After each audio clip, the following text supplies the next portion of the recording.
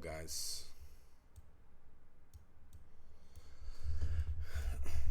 Hope you had an amazing weekend. Today is August 11th, Sunday. I'm recording this session as I decided to record it anyways. But at the end of this recording, I'll be posting the charts, the painted charts, and this recording in the server. So rest assured, you can watch it on demand. So let's take a look at what's going on. But before the charts, actually, I want to go through the calendar and earnings. Let's take a look at it.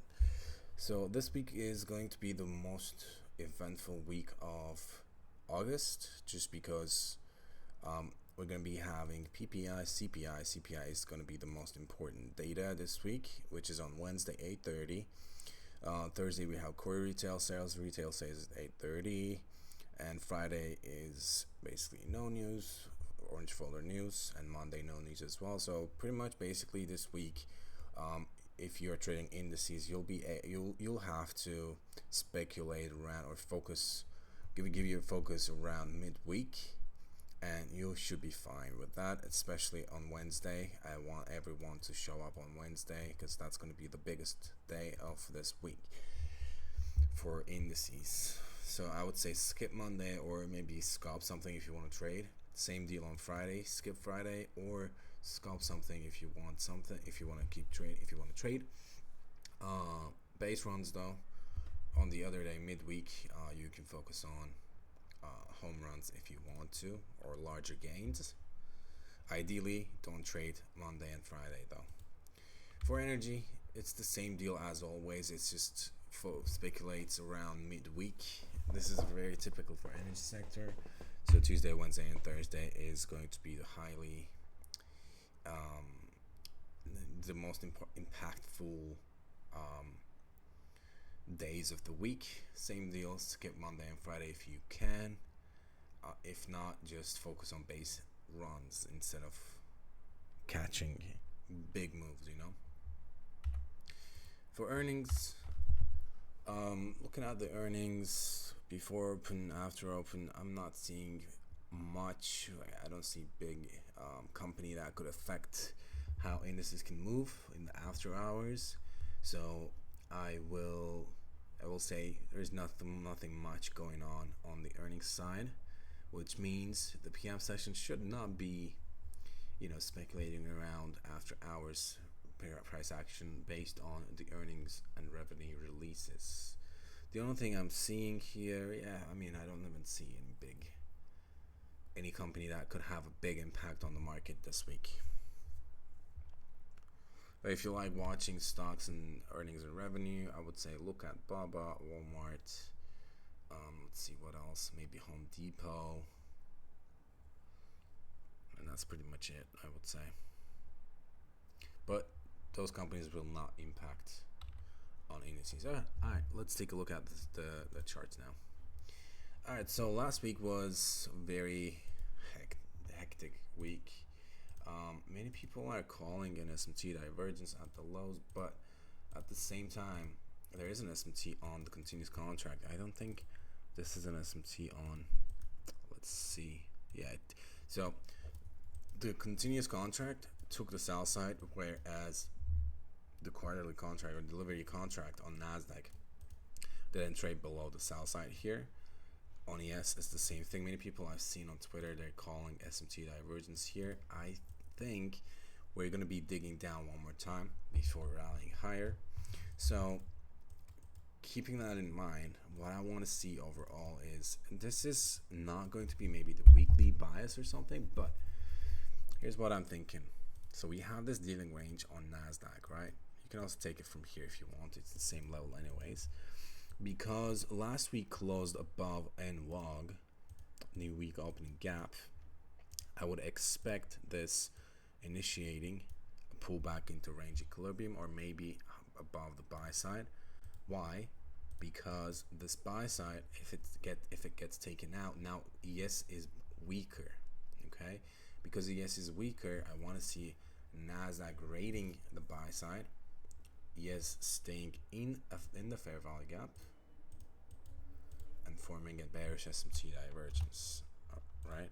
So maybe like the volume balance from 2 weeks ago, we could see price, come on, being in a high resistance run up there, rejecting there, and going for the sell side one more time. Something like that is what I'm expecting. But this is basically a medium term anticipation. For focus of this week, I would say the dealing range of the daily, which is at 167 for Nasdaq, should be the case. Where's the tool? Here. From here, maybe Monday range bound, then on Tuesday expansion, and CPI makes the damage, and then go for the sell side. Could be the case for this week. Same deal on ES though. Dealing range here.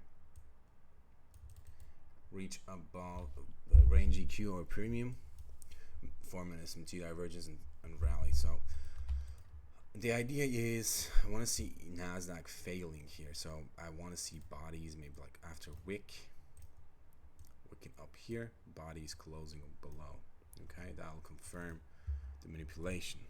So early in the week with CPI also, I want to see a pullback, bullish rallies, basically bias bullish into range equilibrium, then going for the sell side. I don't think Nasdaq will leave sell side like this. I think we're going to be rating the sell side before going for the all-time highs. Okay, and remember, this is I don't think this is an SMT divergence. Okay, I wouldn't consider that as an SMT divergence, but pullback should be in play. And oops, I didn't want to go to the 1 minute. And I think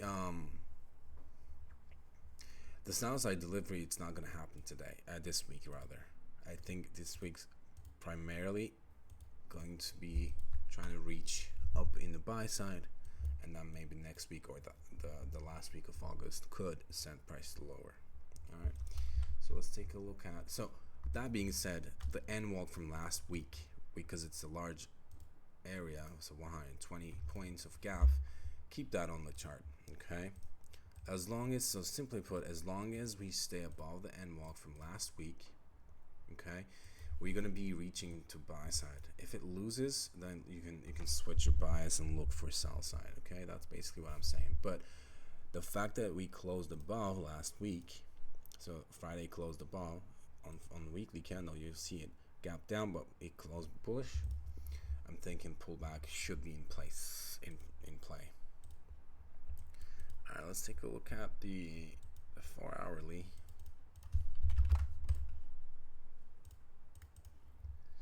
Cool. So the 4 hourly, seems like it just completed the second leg. So we have this range, came down to range EQ, rallied, and the Friday PA was basically stuck above the range EQ, the buy side. Depends on how it goes here. So if it pops to the upside, that's going to be a breakout for buy side delivery, and we're going to be reaching here. That's a higher high here. In fact, these highs are very how can I say, high probability levels, because equal highs basically, especially this one, it's very clean. But for that, I want to see a breakout here first. Okay, if it breaks down, it's going to take way more time to reach up to that level, which is 19,717. So I'm saying price needs to stay above the buy side of the second leg without violating the low from Friday, and tries to reach for 700s. Okay, that would be a low resistance run. But if it goes for Friday's low and then tries to reach to 700s, that'll be a high resistance run. Okay, so annotate this buy side as well, because this is second leg, and when second leg is in play, you technically want to see expansions. You technically want to see displacements. Right now, after taking the buy side, as you can see, the displacement has not occurred yet. And if it doesn't occur, if you don't see a displacement here, either tomorrow or overnight session, it's going to be a high resistance run, so it's going to manipulate down, PO3, then go. But that whole thing will be high resistance. Same thing on ES. Same, like exactly the same thing on ES. And the draw on liquidity here, I mean, looking at the 4 hourly, it's definitely going for 700 for Nasdaq and 5600 on ES. That's the draw on liquidity right now. The second leg objective should be that. And depends on how it reaches up there. We could see 20,000. I doubt though. Right now, my main focus is 19,700. In terms of narrative though, so that's my bias. In terms of narrative though, if it breaks out, it's going to be straight up. If it doesn't do that, if it goes for Friday's high, then it's going to be chop, then pop. It's going to be a high resistance there. It's going to wait for CPI basically if it does that. I'm not going to go lower than this time frame because the main thing is happening right now on the 4 hourly, which is why we've been watching big ranges, right? There's no need to go for the hourly or the lower at the moment. We'll be looking at those time frames when during New York session, basically pre-market, during New York session, and after close. So far I'm not seeing any SMT divergences on the bullish side. There's one here only, which was delivered already, which delivered the price to the buy side. We have the gap here, so it has to stay above the gap. I don't want to see it going for Friday's low. If it does so, the narrative will change. The bias will stay the same. It'll be still 700s, but the narrative will change. And obviously I'll be mentioning this tomorrow on the live stream if it changes. Alright, let's hop on. The idea is, I mean, for the week though, I'm bullish at the moment. That bullish move will be in the form of a pullback though. I'm not saying it's gonna go for the all-time highs, at least just yet. Okay. Let's take a look at other assets real quick. So crude oil did not engage with the sell side. It seems like it's rejected there. If it goes for the buy side from here though, it changes the narrative. It changes my bias. So I don't want to see crude oil engaging with this buy side for two reasons. Because the first reason is it already did the manipulation here one time, second time up there. So I don't want to see crude oil doing more damage while it's going down, because the ultimate draw on liquidity, in my opinion, should be 700s and ultimately 64s. So if it goes about 78, 79, I think that changes the bias. That makes everything bullish. Okay. So unless it goes above, I'm gonna put an alert there. Unless it goes above, I'm gonna keep my bearish bias on crude. Although I don't like the reaction from the discount fair value gap. It's a V shape and it violated the fair value gap. So we'll see. Smart thing for crude traders to be staying flat right now. Gold is, I'm still bearish on gold. This is the last week's annotations. Low hanging fruit objective should be the draw on liquidity, high probability draw on liquidity, and this is a high probability draw on liquidity as well.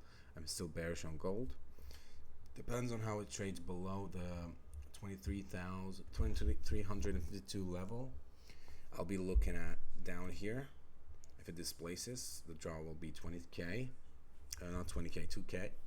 If it doesn't, that's going to be a turtle soup, and we're going to be seeing more buy side delivery from gold. But for now, I want to see the clean lows getting swept. Nothing has changed on crude, and so far it seems like we have a lower time frame trap here, probably 4 hourly or 1 hourly. Let's see. 4 hourly, kind of, yes, right here, trap. So ideally it respects this daily inversion fair value gap and keeps pushing lower. That's what I want to see, because there is a rejection here. Rate candle right now, it's testing mean threshold of this order block. I want to see it failing here. I don't want to see it flipping this level. because that kind of changes things for gold. But short term slash medium term, it should be bearish. So let's take a look at DXY. The XY had a handsome distribution last week. The first target was hit. The ultimate target should be this low right here, which is 99.57. I want to see more downside delivery from this daily fair value gap without reaching too deep into this premium, because the manipulation took place in here anyways. It doesn't need to go for the sweep of the highs. I think it should keep going lower from here. Maybe we can see a weekly manipulation up into the CE of the daily fair value gap one more time, and then later in the week with CPI, it should be going for the sell sign.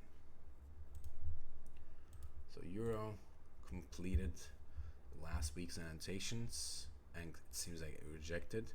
It is 50-50 from here, so I wouldn't touch it. It completed its objective though last week on Monday. These are the annotations from Sunday last week. So it completed, came down into range EQ, rejected. So rejection up here, rejection down here. It is 50-50. I would not touch it, at least until CPI. GU getting weaker here. Interesting. It completed the buy side objective as well, but comparing to Euro, it was the stronger pair. Now it seems like it is the weaker pair. By the looks of it, I don't know if this is an SMT. Hold on. Kind of is an SMT divergence in deep discount. It could sweep the lows as a manipulation and then go for buy side though. But again, because both assets completed its objective and right now they're in high resistance run mode, I would not touch Euro or GU at least until CPI. Alright, crypto. Let's take a look at crypto. Oh, I deleted. My annotations already got deleted. But anyways, so here's what I'm going to say about crypto. We have this dealing range here, right? This is the weekly chart. First low, second low, 1, 2, 3, 3 drives on the weekly. This should deliver buy side from here, guys. This is discount. It basically 3 drives down into discount, rejection. Now it should deliver all-time highs from here. That's my bias, especially right now that there's BPR here. This BPR should hold, in my opinion. You can also look at this short-term dealing range if you want to. And from these levels, I think it should turn bullish either there or here. It should turn bullish. There is an OB here also. Should. This one right here. The invalidation is easy though. The invalidation is if it goes for the 4th low, that's an invalidation. That's a big invalidation for Bitcoin, but it's what it is. It's a large wick validation.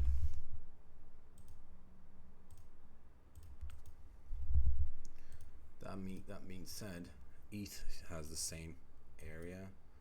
It doesn't have a 3 drives, but it came for the sweep. It should turn bullish from here, ideally.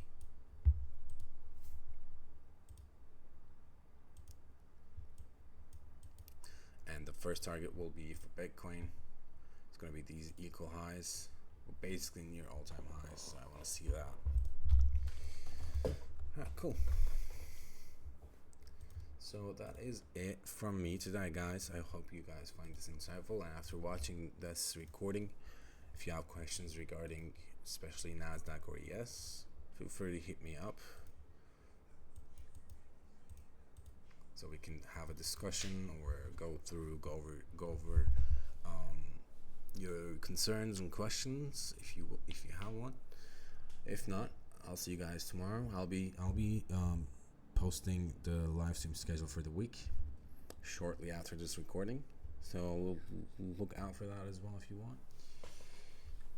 Until then, have a great weekend. Have a great week. Let's get after it this week, guys. This week is going to be bigger than last week, I think, because this is going to be the most impactful week of the month. CPI, PPI, and everything will be revolving around those two data. So let's get it, man. Anyways, guys, have a great day. I'll talk to you guys soon. See ya.